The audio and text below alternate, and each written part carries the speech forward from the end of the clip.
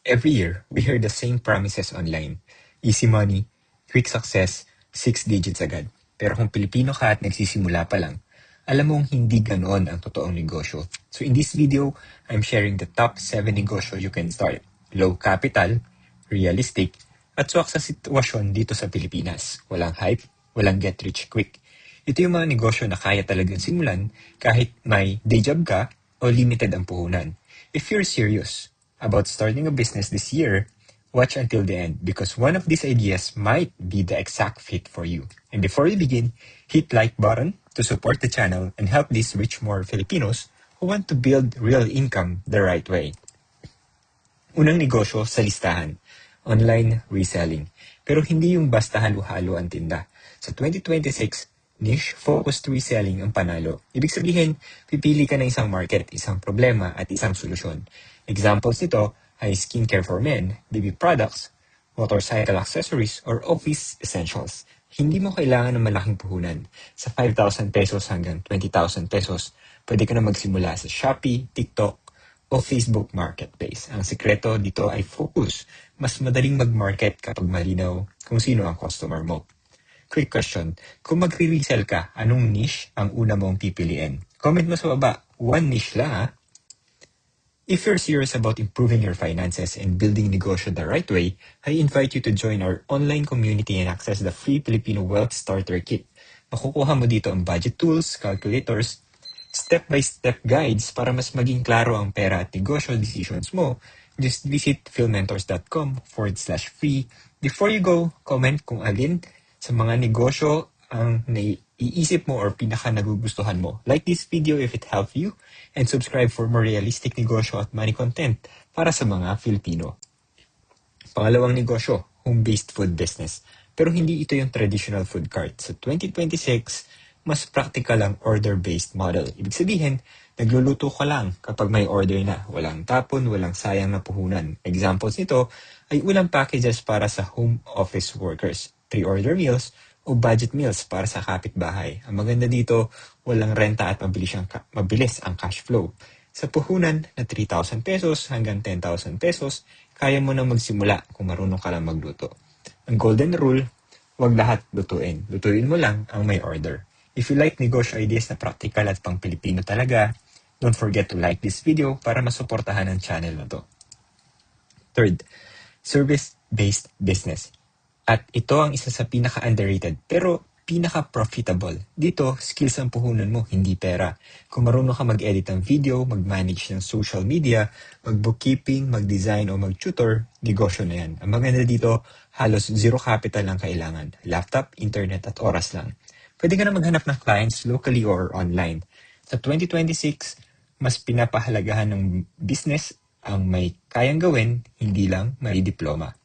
Kaya kung may skill ka na ngayon, huwag mo nang hintayin na perfect ka bago magsimula. Pro tip, mas mabilis kumita sa services kaysa products, lalo na kapag nag-uumpisa ka pa lang. If you're learning a skill right now or planning to monetize one, save this video and comment mo sa baba kung anong skill ang gusto mong gawing negosyo. Baka iyon na ang sign na nasisimulan mo na yan. Pang-apat na negosyo, water refilling business. Pero sa micro-scale muna, hindi agad malaking station. Hindi mo kailangan gumastos ng daan-daang libo. Sa 2026, mas practical lang small, barangay-focused model. Pwede kang magsimula sa delivery-only setup o partner sa existing suppliers. Tapos, ikaw ang nag-handle ng orders at delivery. Sa puhunan na around 20,000 pesos hanggang 50,000 pesos, may negosyo ka na may consistent demand dahil tubig ay basic need. Kahit may inflation, kahit may crisis, umiinom pa rin ang tao ng tubig. Yan ang strength ng ganitong negosyo. Ang sikreto dito ay hindi laki ng shop, kundi service at reliability. If may kakilala kang naghahanap ng stable at practical na negosyo, i-share mo ang video na ito. Baka ito na ang idea na hinahanap nila. Panglimang negosyo, buy and sell. Pero hindi yung typical na paninda sa tindahan. Sa 2026, mas may kita ang buy and sell ng assets. Ibig sabihin, bumibili ka ng mga bagay na may malinaw na resale value. Example nito, second-hand phones, appliances, laptops, or motorcycles. Dito, hindi ka kumikita sa dami ng benta. Kumikita ka sa timing at tamang presyo. Bibili ka kapag mura Aayusin kung kailangan at ibebenta kapag may demand. Sa puhunan na 10,000 pesos pataas, pwede ka na magsimula basta marunong ka mag-research at makipag-usap sa buyers at sellers. Tandaan, ito ay trading, hindi retail. Mas konti ang inventory, mas mataas yung focus. Quick question. Kung magpa-buy and sell ka ng assets, ano ang mas pipiliin mo? Phones, appliances, o motor? Comment mo sa baba. Pang-anim na negosyo, digital products. Isa sa pinaka-powerful models pagdating sa scalability. Simple lang ang concept. Create once, sell many times. Examples nito ay ebooks, templates, guides, checklists, o mini online workshops. Ang puhunan mo dito ay oras at kaalaman, hindi inventory. Kapag nagawa mo na ang product, pwede mo itong ibenta ulit kahit tulog ka. So 2026, mas willing na ang mga tao magbayad para sa clarity at shortcuts, lalo na kung galing sa totoong experience.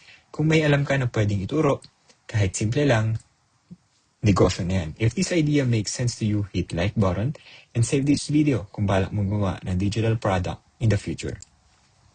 Pangpito at huling negosyo sa listahan, community-based business. At ito ang isa sa pinakamalalakas na trend sa 2026. Hindi na lang produkto ang binibili ng tao ngayon. Komunidad at access ang binabayaran nila. Examples nito ay online learning groups, fitness communities, mentorship programs, o hobby-based groups. Mababa ang puhunan dito, pero mataas ang long-term value. Pag may tiwala ang community mo, mas tumatagal ang negosyo. Sa panahon ngayon, trust is the new currency. At ang mga negosyo na nakabase sa tiwala, sila ang mas nagtatagal. Kung may audience ka na, kahit maliit pa lang, pwede mo itong gawing negosyo over time. If you want more future-proof negosyo ideas like this, subscribe sa channel para updated ka sa mga trends at practical strategies para sa mga Filipino. So ito ang pinaka-importante na dapat mong tandaan. Hindi mo kailangan ng milyon para magsimula ng negosyo. Ang kailangan mo ay tamang modelo, realistic expectations, at consistency sa execution. Mas mahalaga ang nasimulan kaysa sa perfect na plano na laging bukas na lang sisimulan.